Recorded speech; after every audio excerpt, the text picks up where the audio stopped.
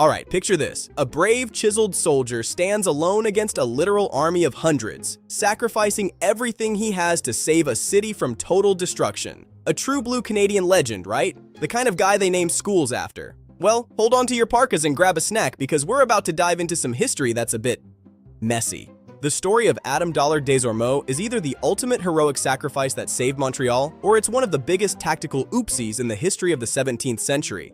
We're talking forgot to unmute on Zoom levels of awkward, but with way more gunpowder and a lot more at stake. Welcome to the chaos of the Battle of Long Sault. Welcome back to Canadian Chronicles, the place where we dig up the parts of history your teachers might have glossed over.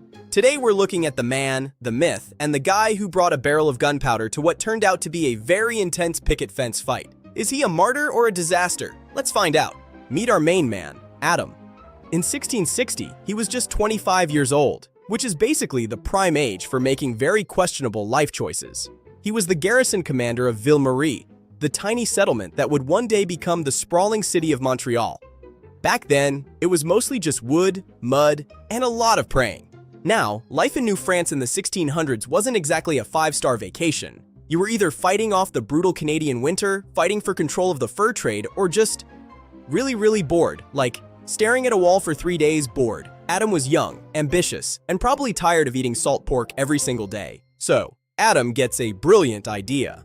He decides he's going to lead a small group up the Ottawa River to intercept a band of Iroquois hunters. Officially, it was to protect the colony from attack. Unofficially, well, those hunters had a lot of furs, and furs meant money. Let's just say his motivation was about 20% glory and 80% I need to pay my rent. Wink, wink. He recruits 16 other young guys from the colony. Most of them were under 30 and had absolutely zero experience in actual wilderness warfare. They were brave, sure, and they probably had great hair under those hats. But they were about to walk into a situation that their weekend training sessions definitely didn't prepare them for. Team No Idea was ready for action.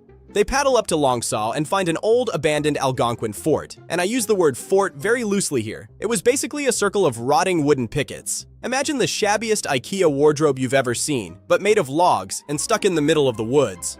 It wasn't exactly Helm's Deep, but it was all they had. They weren't entirely alone though. They were joined by around 40 Algonquin and Huron-Wendat warriors, led by the experienced Anahotaha. Now we've got a real party. A party trapped in a rotting fence circle, waiting for something to happen. And boy, did something happen. The Haudenosaunee were on their way, and they weren't coming for tea. Suddenly, hundreds of Haudenosaunee warriors appear. Like, a lot of them. We're talking 200 at first, and then hundreds more later. Adam's team quickly realizes their secret mission is about as secret as a leaked TikTok drama. They're outnumbered, outmatched, and stuck in a fort that was basically a glorified garden fence. The siege was on. For 7 brutal days, they held out. No water, barely any food, and definitely no 5-minute breaks for a snack. It was absolute chaos. The conditions were so bad that most of the Indigenous allies realized this was a losing game and decided to peace out. Can you blame them? It was like being stuck in a high-stakes escape room with no exit and way too many arrows. Now it's just Adam and his 16 original buddies left. The Haudenosaunee have called in reinforcements, hundreds more warriors. The end is definitely nigh. Adam decides it's time for the ultimate Hail Mary move to turn the tide. He grabs a large barrel of gunpowder, lights the fuse, and prepares to toss it over the wall like a historical Kobe Bryant. He winds up, he throws, and the barrel hits a tree branch hanging over the fort. It bounces back and lands right in the middle of his own men. Boom. It went about as well as trying to do a backflip on a treadmill. The explosion devastated the defenders, and the Haudenosaunee swarmed the fort. It was over. Everyone in the fort was killed or captured. Absolute tragedy. But here's the weirdest part. Even though everyone died, the Haudenosaunee were so impressed by the fight, or maybe just confused by the explosion, that they actually turned back. They didn't attack Montreal after all. So did Adam technically save the city by accidentally blowing himself up? It's the ultimate task failed successfully. Mission accomplished, I guess? For 150 years, honestly, nobody really cared about Adam. But then in the mid-1800s, some historians were like, hey, we need a cool hero. They took the story and cranked the drama up to 11. They turned Adam into a saintly Catholic martyr who purposefully sacrificed his life to save New France. It was the greatest PR campaign of the 19th century. But modern historians are like, wait a minute, let's look at the receipts.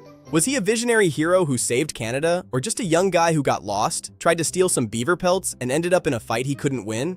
The debate is still raging in history departments across the country. Was it a noble sacrifice or a series of unfortunate events? We might never truly know. So, what's your verdict? Is Adam des Ormeaux a legendary hero or just an absolute disaster? Drop your thoughts in the comments. I want to see the debate. Don't forget to hit that like button and subscribe to Canadian Chronicles for more messy, hilarious, and slightly confusing history. Thanks for watching, and stay curious, Canada. See you next time.